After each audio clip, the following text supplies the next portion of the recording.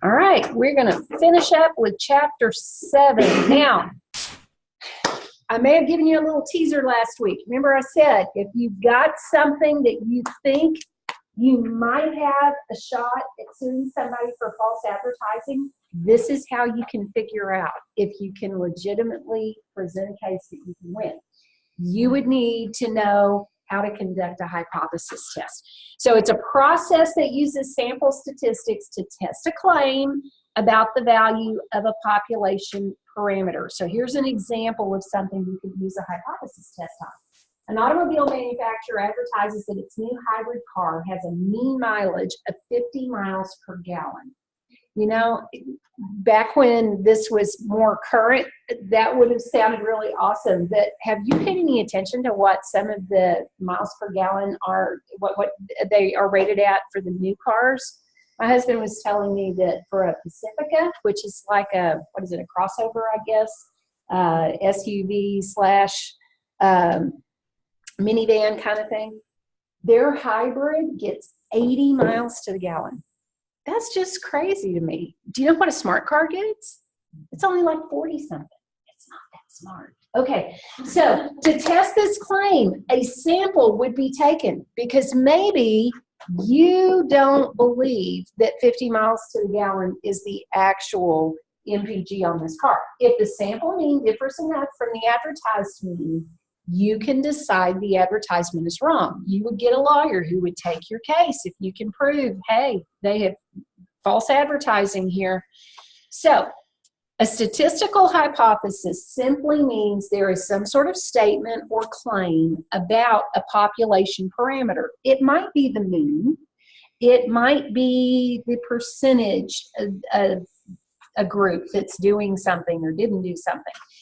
But when we come up with a hypothesis, and by the way, I bet everybody in here has had at least one science class where you had to work with hypotheses. What's a hypothesis? Okay, it's some sort of statement that you are doing what? You're testing it. It's a statement that you're going to try to see if you can either prove that it's true or you can disprove it, correct? That would be the process that you would go through the testing. So here's what we'll have to have. Two different hypothesis statements. One of them will represent whatever the claim is, okay? That means the other one has to be the complement. Now, what does it mean when we say the complement? The opposite. Good job. So the opposite of the claim. In other words, between these two statements, I'm going to cover every possible thing that could happen. All right? And hang with me. I probably should have told you this before we started. 7.1 is a lot of information that you need in order to know how to do a hypothesis test. We won't actually be doing any of the tests in 7.1. We're going to learn the parts that are involved in the test. So that kind of means we're going to be working a little bit with vocabulary, but it's not like chapter 1 vocabulary.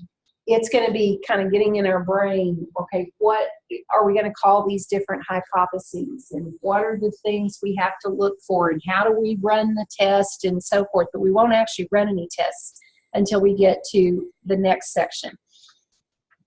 Now, if I have written these hypotheses correctly, then what that would mean is if one of these is false, if I'm able to show whichever hypothesis I was testing, there's no way this thing is true, it's false, would that automatically mean the other one would have to be true? Listen one more time to my question. I write these statements so that I have one that represents whatever somebody is claiming. The other one is the complement, which you said means the opposite. And between those two, have we covered every possible thing? Like, for example, on this car, their claim is that the car gets 50 miles per gallon. What would be the complement of that? It does not get 50 miles to the gallon. It has to be one or the other, correct? Okay, so that's the idea. If I write this correctly and I can prove that one of them is false, it automatically means the other one would have to be true. Okay, that's the concept behind running this test. Now, one of the hypotheses will be called the null hypothesis. It simply means in that statement, you've got to have a condition of equality. So it's either going to be a less than or equal to, it's just going to have a straight equal sign, or it'll be greater than or equal to. One of the reasons that it's called null, do you know what it means if something is null? Okay, we say null and void a lot. It means that it's empty, it's zero.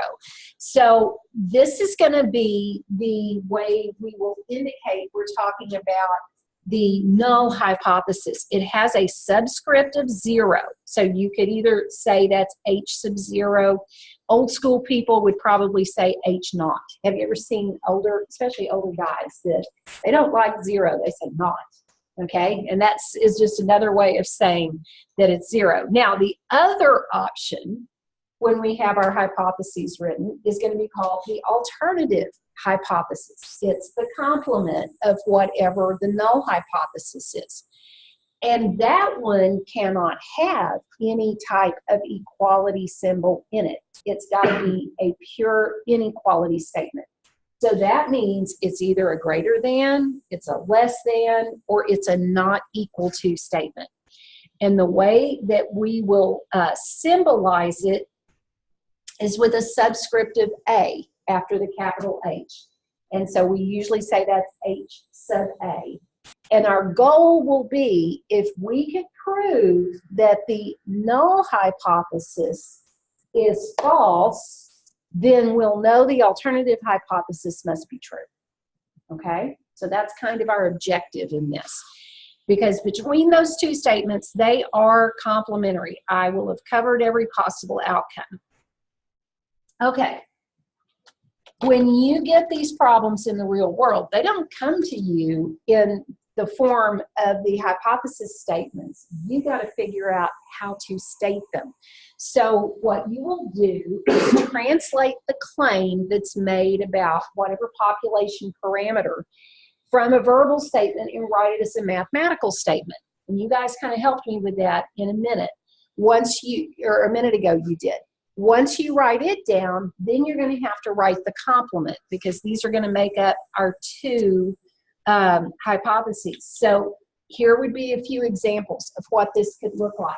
If the null hypothesis says that the mean is less than or equal to some number, that automatically means the alternative hypothesis would have to be that the mean is greater than that number, right?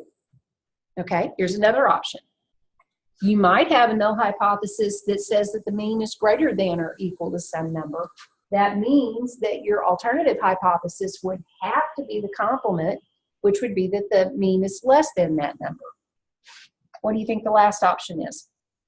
And if the null hypothesis equals some number, then the alternative hypothesis means that the mean does not equal that number. And if it's too much or too little, either direction, that automatically would fall into the alternative hypothesis area. Now, it says regardless of which pair of hypotheses you use, you always assume that the mean is equal to whatever value they give you, and examine the sampling distribution on the basis of this assumption. So what that's basically telling us is, because that equals statement is going to be in the null hypothesis, that's what we're going to do. We're going to assume that it's true, and we're going to try to prove that it's not. If we can get a contradiction, we can get something that would indicate this thing really can't be true because look at what this data is saying, then we'll be able to say that the alternative hypothesis is true. Now, let's just practice writing statements. That's half the battle. Look at this one. We want to write the claim as a mathematical sentence and state the null and the alternative hypothesis, and we need to write down which one represents the claim.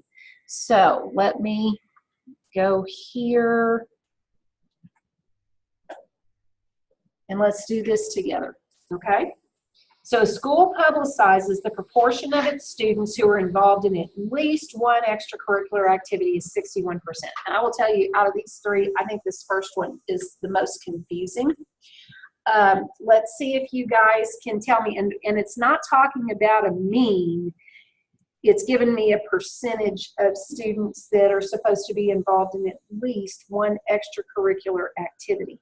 So what do you think our statement needs to look like based on the claim? What is their claim?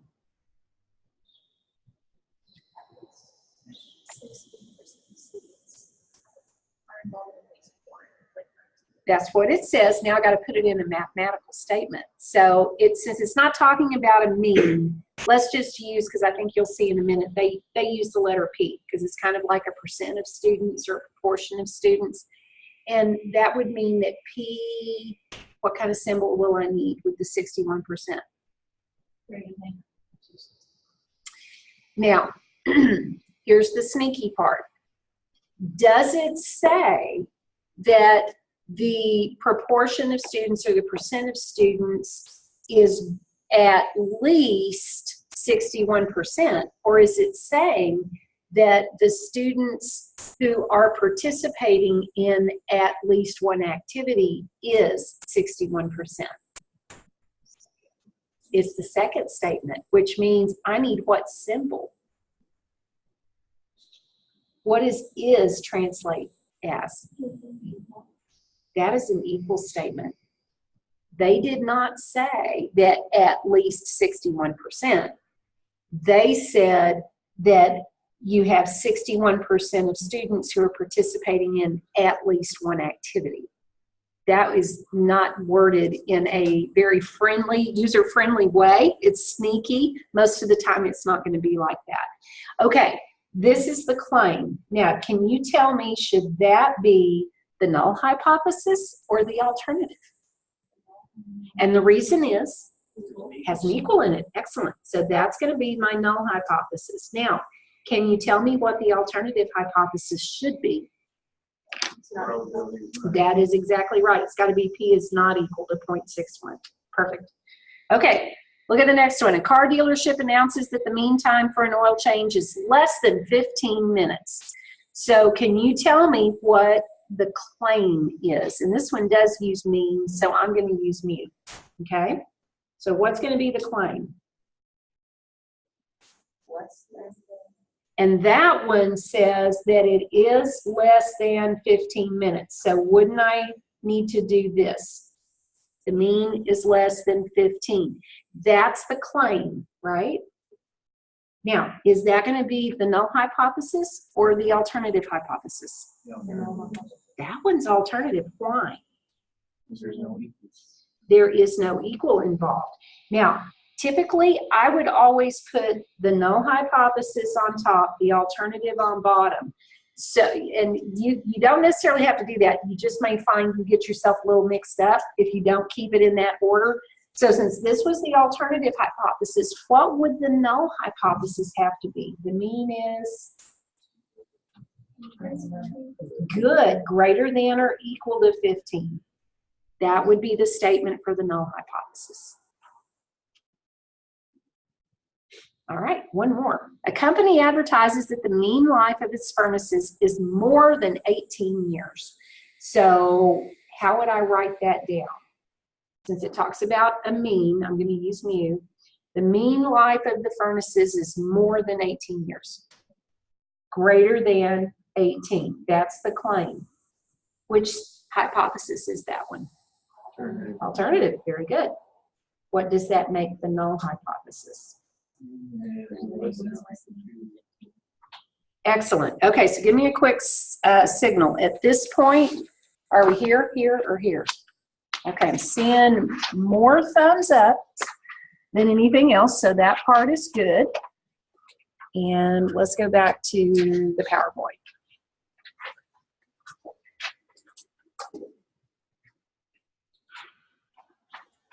Oh. There we go. Okay.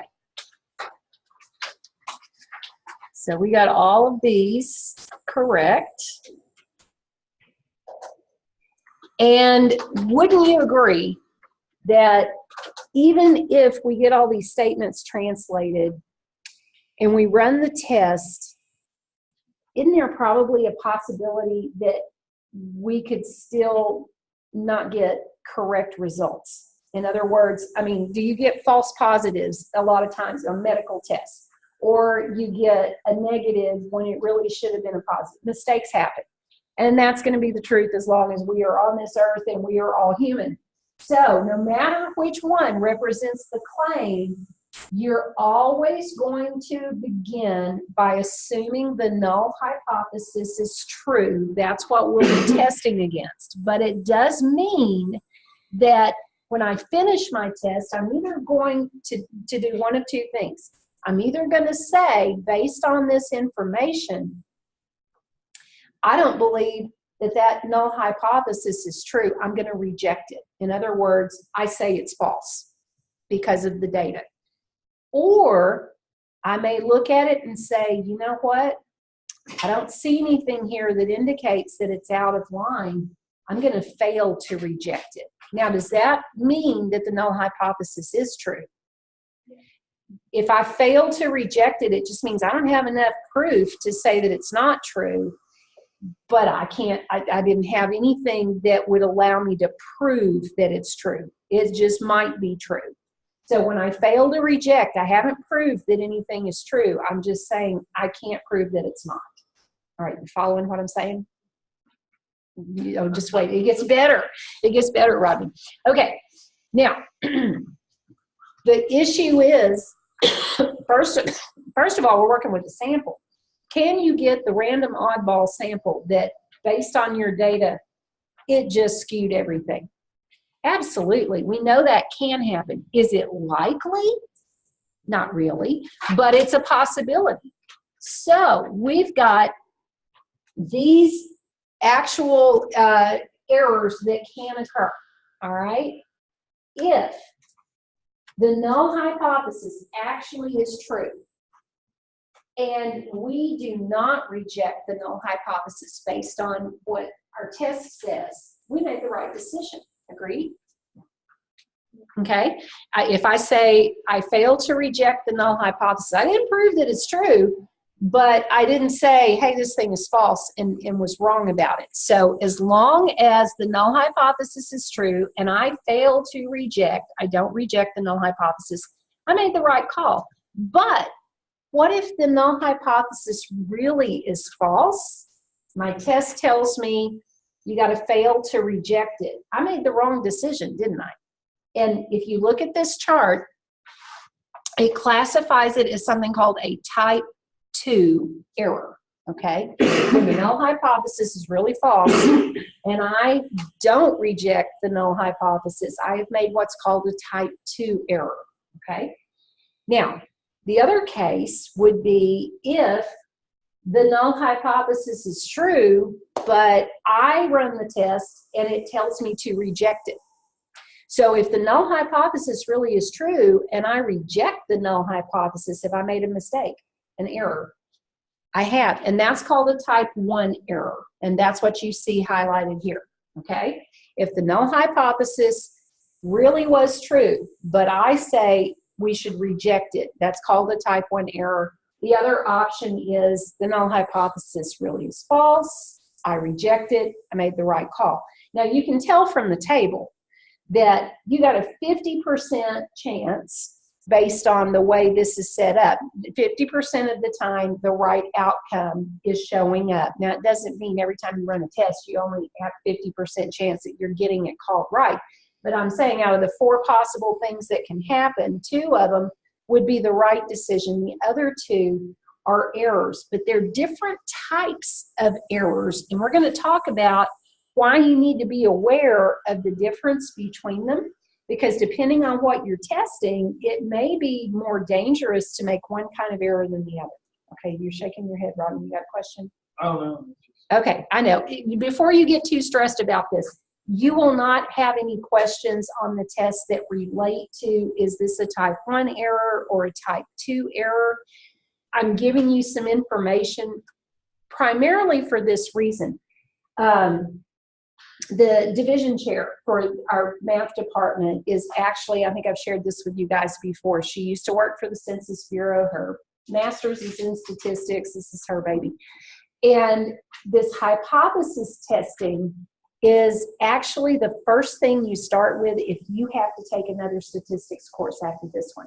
So what we're trying to do is to give you enough background information that when you would come in to another higher level of statistics, you're at least a little bit familiar with this, and they'll go into more in-depth testing. We're just going to kind of discuss the big picture idea of what these errors are, and then we're only going to look in this course at type 1 errors. We won't run any tests on a type 2 error, okay? But I just want to make sure you see there are 2 different ways you can make a mistake, okay?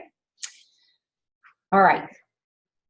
Look at this. This will maybe give you an idea of why you sometimes have to be aware of, if you're going to make a mistake, what would be the least offensive way to make a mistake. The USDA limit for salmonella contamination for chicken is 20%. Now, is that a little mind-boggling to you guys? I mean, you know what salmonella is, right? Yeah, that's food poisoning, right? 20%. So, I mean, that would indicate, as long as they don't have more than 20% of the chicken that they're producing that has salmonella, they're good. That sounds a little scary to me. Okay. In this country, do you worry about when you go to the store to buy food that it's going to be bad? I've got one saying yes. Most of us probably don't. And one of the reasons why is because why? Exactly. We have all kinds of regulations in this country that things have to be inspected, and that's what's going on here. You've got a meat inspector that's going into these plants, and they're checking to make sure everything is like it's supposed to be, because they need to know, are they exceeding the USDA limit? All right. Anybody go through bluebell withdrawals a few years ago? Oh man, that was rough, you know, until they got everything cleaned up to a level that was satisfactory. We had no bluebell, and I tell you what, hope that doesn't happen again. So here's what happens. Since the meat inspector says that the the company is exceeding the limit on salmonella, you run a hypothesis test to determine whether the meat inspector's claim is true.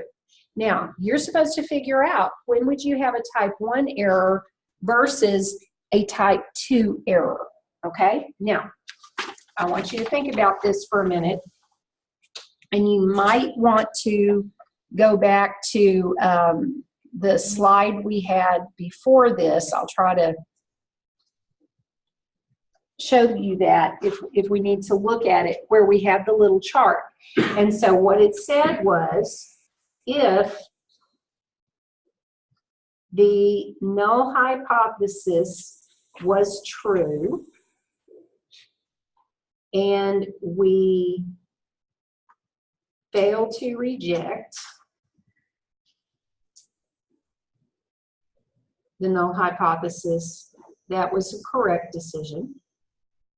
But if it was false and we failed to reject, that was called a type 2 error, right? Okay. The other option was we reject the null hypothesis when it really is true, that was the type 1 error. Or if we reject it when it really is false, that was correct. Okay, so we're trying to figure out what would represent a type 1 error and a type 2 error in this situation. What do you think we're going to have to write down in order to tell?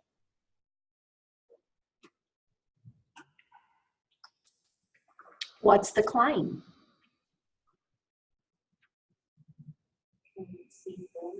Okay, that the salmonella contamination for chicken, the limit is 20%. The meat inspector is claiming that this company is exceeding it. So let's say that we use mu, just for convenience sake. If they exceed 20%, then we would put mu is what symbol? Greater than 20%, okay? And that's his claim. Which kind of statement is that? That's the alternative hypothesis. What does that mean that the null hypothesis is? That the mean is less than or equal to 20%. Okay, so looking at this table, here are our options. Okay, the null hypothesis is that, hey, the chicken's fine because it's less than the limit. All right, so if we make a type 1 error where the null hypothesis really is true, the chicken really is okay, but we reject the null hypothesis based on our test results and we say your chicken is not okay. All right, what do you think is the potential liability or outcome for the company and for people?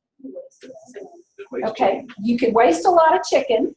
If you own the company, you could be out a lot of money, okay? And if you're the general public and they've told you, oh, we've got bad chicken out there, people, you could scare the consumer, right? And kind of have a little panic going on with that. So that would be related to which error?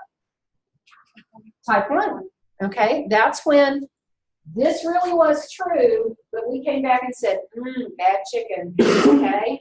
Don't buy it. Shut down until you get everything up to standard. Now, tell me about a type 2 error. Type 2 error says that this really is false, okay? So if this is false, what do I know about the chicken? So it's going to be bad chicken, right? Okay, if this is false, it means chicken's not okay. Chicken's bad chicken. And if I made a type 2 error, I failed to reject this null hypothesis. In other words, I said, yeah, your chicken's fine. Okay, what's the possible outcome there? You could have a lot of sick people, okay? Maybe even people that die, depending on.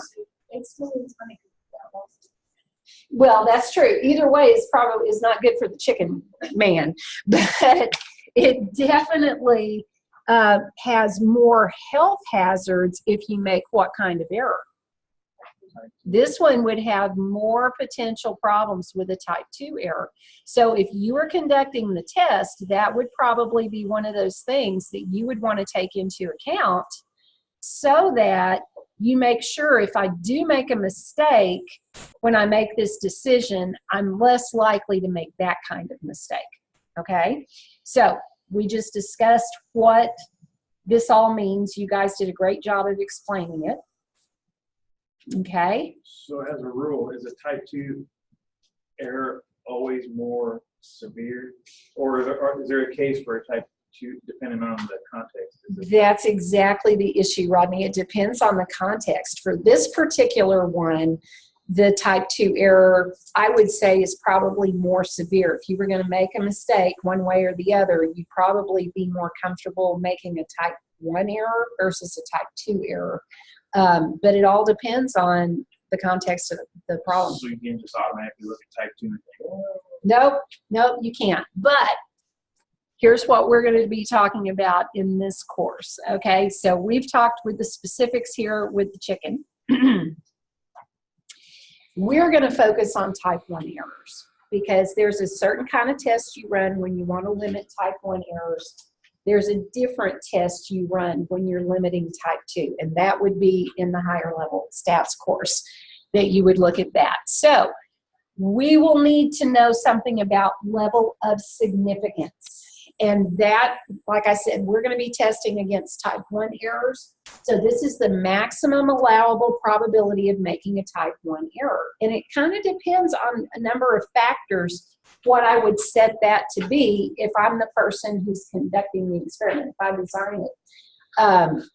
If there's not a real serious consequence for a type 1 error, I probably would let the level of significance be larger than I would if, say, maybe I'm running a test to see if the airbags in this car are actually going to deploy correctly. Yeah, I don't want to have a very big margin of error on that. I want to be pretty sure that that is going to be an effective airbag. Okay, now what we will use, we keep going back to our little Greek letters, we have a lowercase alpha that represents the level of significance. And remember, this is testing for a type 1 error. And as long as we set it at a small value, we're basically saying that we want the probability of rejecting a true null hypothesis to be small. We can't control both at the same time. So we can only run a test that would be controlling a type 1 error, or you run a different test to control a type 2 error. Now, just like we had common confidence levels, you're going to have commonly used levels of significance. It could be anything, but these are going to be the ones you see most often. 10%, 5%, 1%, okay? And if you did take the other stats course, when you're running a test to see if you have type 2 errors, that's a beta test. Instead of using the alpha for the level of significance, you'd be using beta, okay? So here's where we are. After stating your null and your alternative hypothesis and specifying the level of significance, in our problems, they're going to give us a level of significance. You're not going to make one up. You don't have to guess. They're going to tell you what it is. We would have a random sample taken from a population, and you would compute sample statistics. And whatever statistic that is mentioned in the null hypothesis, if it's talking about the mean, if it's talking about the percentage of people who do something, that's going to be your test statistic. I'm going to want to compare that with the parameters and see what whether I'm going to be in my comfort zone or not, basically, in terms of whether I should reject the null hypothesis or fail to reject it.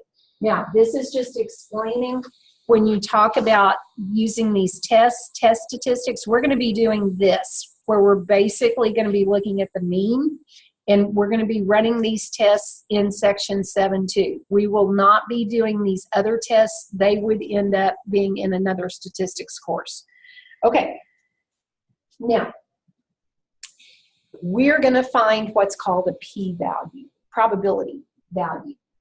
And if the probability of a null hypothesis is true, we want to have a probability of obtaining a sample statistic with a value as extreme or more extreme than the one determined from the sample data, okay? It's going to depend on the nature of the test that we're running, but basically when we find this probability, this p-value, it's going to come from the probability of being in either the left tail, the right tail, or whether it is in both tails. Now, I want you to think for a minute. What does this sound like you would probably have drawn on your paper at some point? A bell-shaped curve, exactly. So we're still doing a lot of what we did back in the earlier part of chapter 5. We're going to sketch that bell-shaped curve. We've got to figure out the probability that when we look at whatever the null hypothesis is, we're going to come up with this probability that maybe the mean is less than something. And that's going to tell us which kind of test we run. Now, if it says left-tailed, what would you think that would mean? Would that be a less than or a greater than? Or that sounds like less than. If it's right-tailed, what would you think? That sounds greater than. What about two-tailed? Not equal to. Where does it sound like these symbols would come from? The null hypothesis or the alternative? Alternative. These are all of those pure inequality statements, and that's going to be indicated by the alternative hypothesis. We're testing the null hypothesis, but we're going to use the symbol in the alternative hypothesis to figure out basically what we're looking for is called a rejection region. We want to know what's the probability of being over here, because if you're over here, this is not what you would expect to be logical if their information is true. Now, here are our symbols.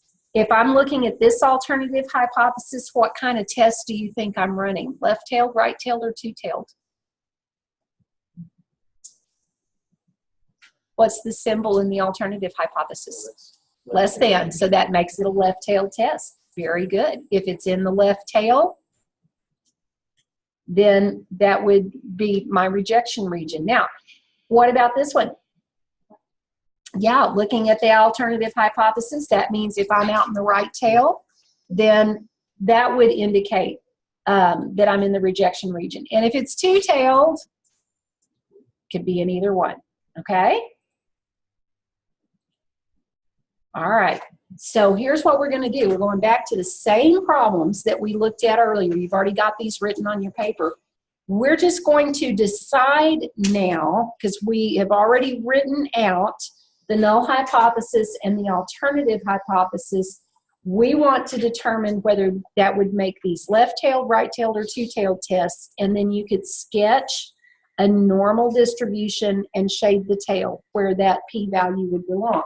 So the one that was about the school publicizing the proportion of students involved in extracurricular activities is 61%. It was the very first one we did on the front of the packet.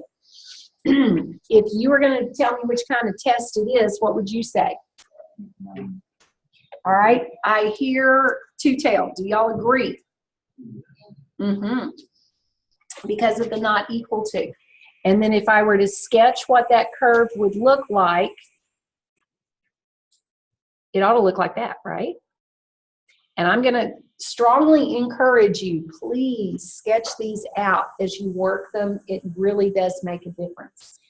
Keep in mind that when you're running a two-tailed test, whatever that p-value is, you've got to divide that amount of area between both tails. Okay, and when we get to some specific examples, you'll see what I mean. That's the only thing with the two-tailed test. It doesn't put all the area in one tail, so we have to put half in each one. Because it's not equal to.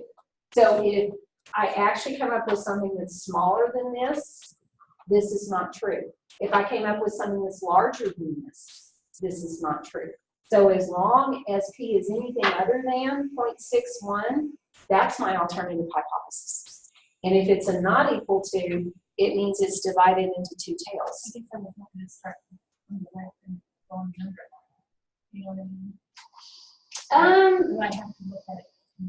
Yeah, because remember, whenever we're going to be doing our test on this, then what we're going to find, just like when we were working with the z-scores that went with confidence levels. If it was a 90% confidence level, that meant, excuse me, the leftover 10% had to get divided between the two tails.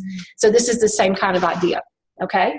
Now, the one we looked at after that was about the car dealership. So the mean time for an oil change is less than 15 minutes. So if you look at the statements that you made, which kind of test is this one going to be? And the reason it's left-tailed is because, that's right, our alternative hypothesis had a less than symbol in it. So if I were sketching the graph, which part would I shade? I would shade the left side of the graph. Very good. Okay. And the last one we looked at was the company advertising that the mean life of furnaces is more than 18 years. So if it's more than 18 years, this is what kind of test? Right-tailed. And that's because the alternative hypothesis had the greater than symbol.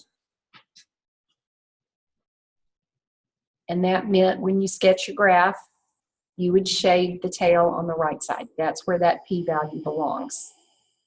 Okay?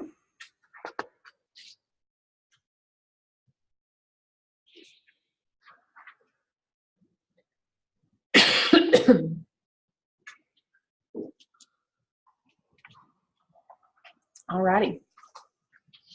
Now, you know that we come up with this p-value. In other words, the probability that you would be in one of those tails.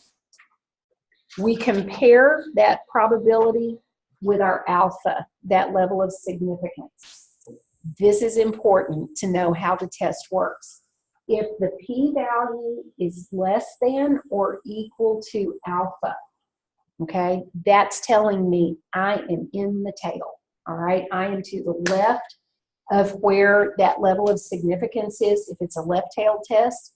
And if I'm in the tail, I'm in the rejection region. So I will reject the null hypothesis if p is less than or equal to alpha. Now, as long as p is greater than alpha, I'm not in that rejection region, so I'll fail to reject the null hypothesis. Does that make sense? Because that's all I have to do is when I find the p-value, I'm going to compare it to the level of significance. You just got to remember, if it's less than or equal to, I'm in a tail, and I will reject the null hypothesis. If it's greater than the alpha, I'll fail to reject. Now, think about this for a minute, because once we have made the decision, we have to make a statement to explain to other people what decision we made and why, okay? So this looks like the same chart we had earlier, except what we're going to put in here now is going to be the statements that we would make regarding what type of decision we would have. And you're going to want to write this down.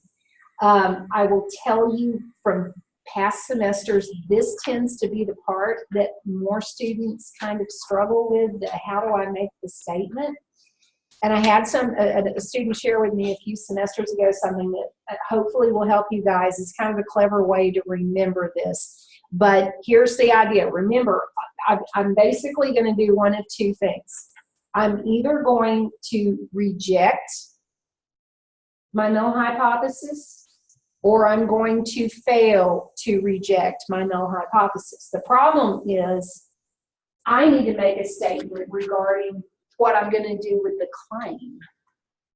Okay? So when we filled this out the first time, we were talking about the types of errors based on either rejecting or failing to reject the null hypothesis. Now, if I'm trying to make a decision on how I'm going to explain what needs to happen, I need to know where the claim is. So let's say the claim actually is the null hypothesis, okay? And I run the test, and my decision from running the test, because my p-value was less than or equal to the alpha, is that I'm going to reject the null hypothesis. How do you think we're going to state what our decision is? We will, it's pretty straightforward. We're going to reject the null hypothesis. So that means we would say there is enough evidence to reject the claim. Our statement is going to have to include the word claim, because it doesn't matter if the claim is the null hypothesis or the alternative hypothesis. I've got to explain what I'm going to say about the claim. So I'm either going to reject it or I'm going to fail to reject it, okay, if it is the null hypothesis. So if their claim is the null hypothesis, but I fail to reject, what do you think my statement would be based on what you see here? There is not enough evidence to,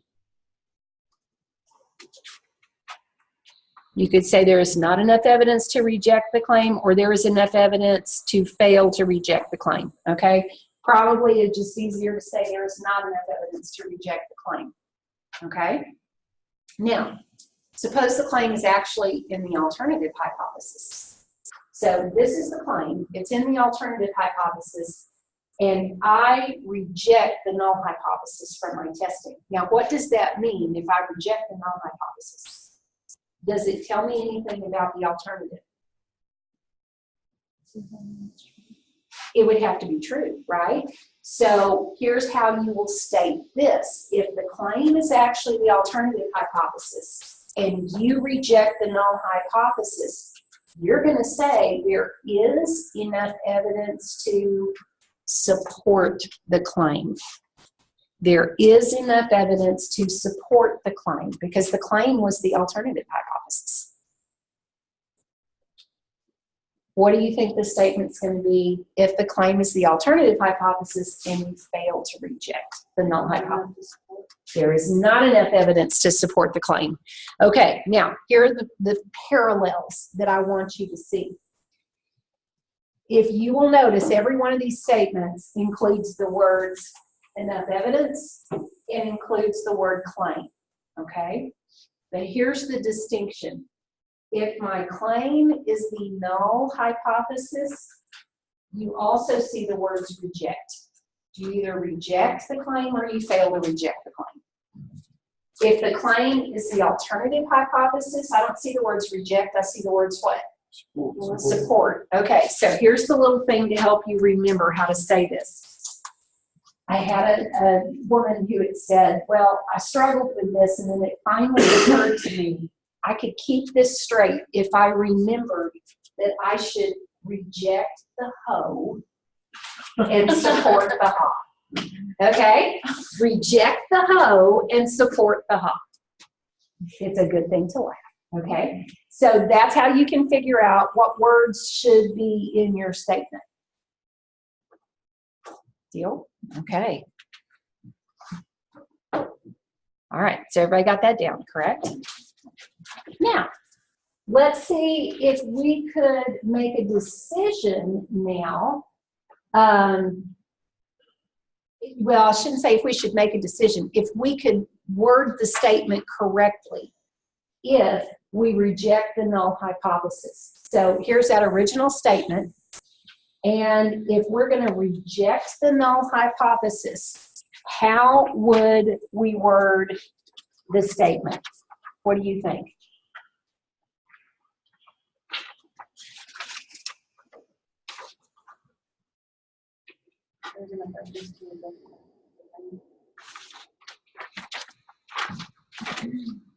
So let me go over here real fast.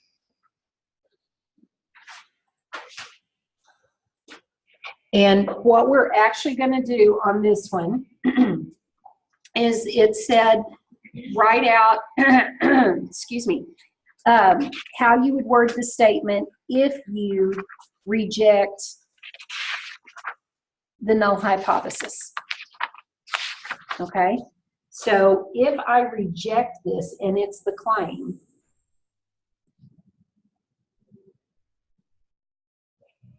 my statement would be what?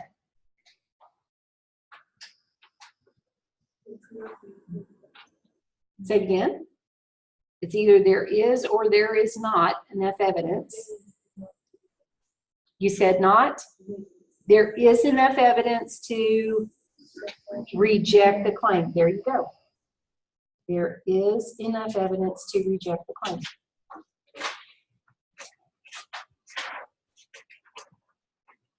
Now, what if we want to fail to reject the claim or fail to reject the null hypothesis? We would say there is not enough evidence to what? Reject. Good. Not enough evidence to reject. Okay, let's do one more of these and then we'll move on. Let's do this one. Okay, so let's figure out what the statement would be if we choose to reject the null hypothesis here.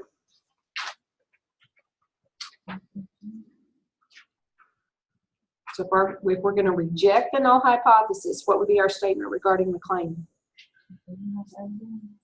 To what? There is enough, because remember, the claim is the ha. So there is enough evidence to support the claim. And if we choose to fail to reject, then there's not enough evidence to what? Excellent. To support the claim. All right, you got the idea then? Do we need to practice more of these, or do you think you're good? If you've got the table that explains how to set it up, probably with a little bit of practice, you'll do well. So our statement's always going to be one of four. Yes. Yes. That's it. That's going to be your decision. You're only going to do one of those four things. Okay? So we did this, they just are adding the words of what the claim is. Okay, as long as you give me there is not enough evidence to reject the claim, I'm good with that. They're just restating what the claim is. We did it for the car dealership. And now we're going to talk about steps for hypothesis testing. So in order to perform a hypothesis test, first thing you better do is state your what? Your hypotheses. So you got to have a null hypothesis and an alternative hypothesis. There's going to be a level of significance. If you're designing the study, you have to determine what it is. They're going to tell you what it is in our course. Then you want to sketch the sampling distribution and find your test statistic, and we're going to go over that. And we would put that on our graph so we would know whether we're looking at a right tail, left tail, or two-tail test. Remind me one more time, what's going to determine which kind of test I'm running? The null hypothesis or the alternative? The null. If I look at the symbol used in the null hypothesis, that tells me what kind of a test I'm running. I'm going to get the p-value that goes with my test statistic. And then this is the way you decide. I've got to compare the p-value to that level of significance, which is the alpha. If it is not less than alpha, I'm going to fail to reject that null hypothesis. If it is less than alpha, I reject the null hypothesis. Okay? And then you make your statement interpreting the decision. That's all the pieces that are involved in hypothesis testing. Okay,